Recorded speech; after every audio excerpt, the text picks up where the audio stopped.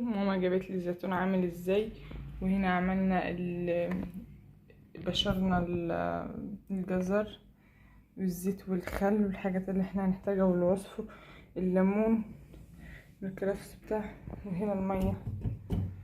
ازيكم يا حبايب قلبي، انا اول مره اعمل الزيتون معاكم، فيلا نجرب ونشوف الطريقه عامله ازاي ونبدا تحضيرات مع بعض سوا. ماشي، هنجيب الميه وهنفضي ملح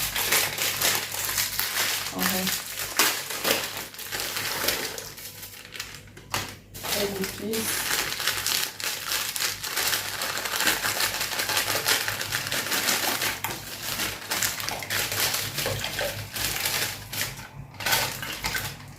الكيس التاني،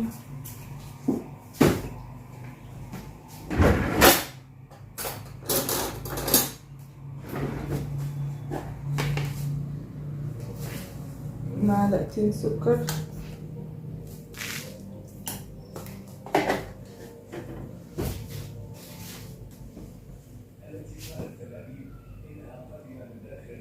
وهنقلب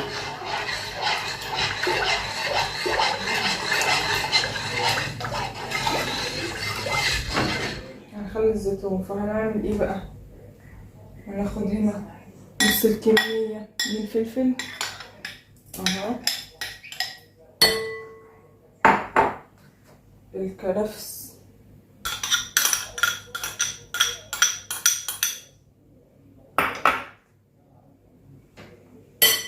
نص كمية الزيتون،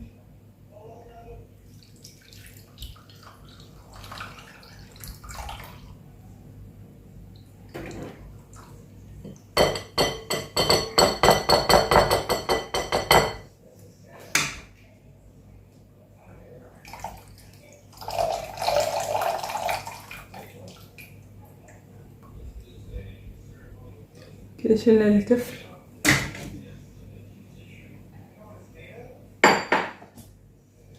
ناخد نص الجزر،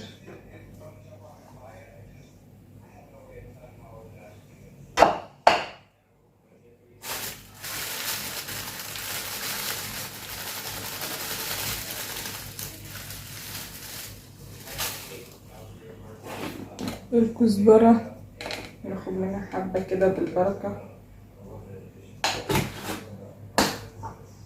هنحط كركم بيدي ليه نكهة جميلة جدا.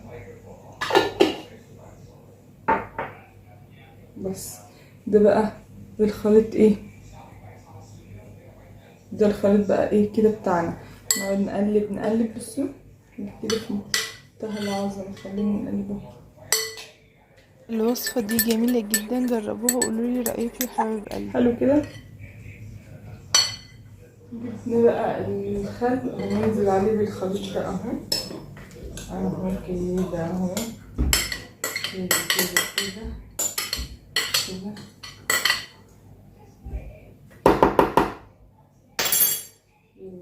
بايدي اهو.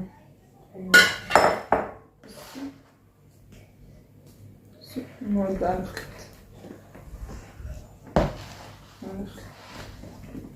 هنا بنخلط كل المكونات مع بعض عشان ياخد كونسبت كده للطعم، وقبل ما نعمل المحلول ونحط عليه كده.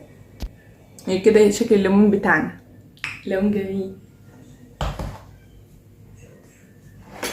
هنجيب بقى الزيت، نفتح كده وناخد كل الليمون وندخله هنا. بقى هنبدأ ناخد كل الكمية اللي احنا عملناها وهنبدأ نحطها واحدة واحدة كده في البطرمان زي ما انتوا شايفين.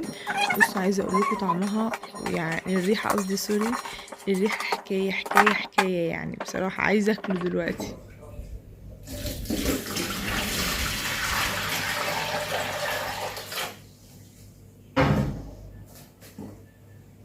حاطين المية في البتاع وننزل على خلطنا الحلو دي بالمية. نجيب قش بقى الليمون اللي احنا عصرناه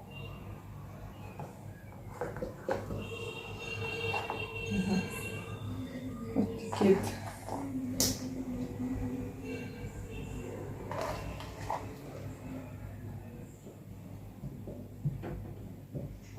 كده.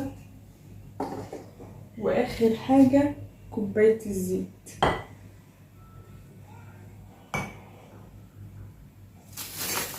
منساش بقى كيس النايل.